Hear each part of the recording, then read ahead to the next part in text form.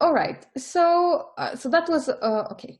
So now let's go back to authenticating the server. So that was authenticating the client, and we learned about certificates are a way to authenticate the server. Of course, assuming that the certificate authority or the secret keys were not compromised. However, the problem is that the only thing that these certificates really establish is that you're talking to a certain site that has a certain domain, right? You're talking to the person who owns the keys for a certain domain, okay? But what if the user actually goes on a malicious host?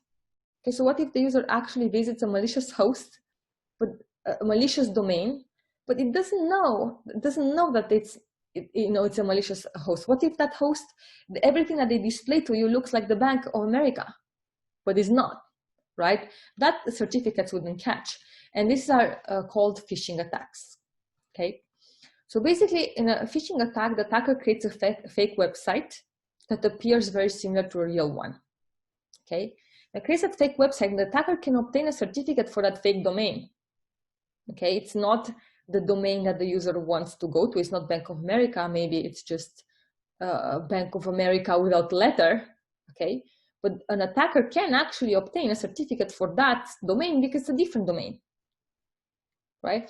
So certificates won't prevent you if you from visiting a bad host name. An attacker can set up a host name and can get a certificate. So a phishing attack tricks the user to visit the site of an attacker. For example, by sending a phishing email. Phishing emails are a very common way to get the user to fall for a phishing website.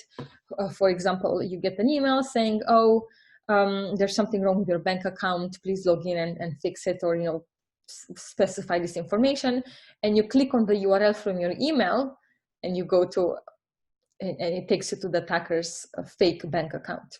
Okay, and we'll see in a moment what you can do to protect yourself from that. The website might look exactly like a bank website, so the user might insert their credentials and sensitive data, which the attacker will receive as a result, because it's the attacker's web server. And then, the attacker might want to hide the fact that they don't actually have all the state for that web server, so they might redirect you to the real site once they got your credentials.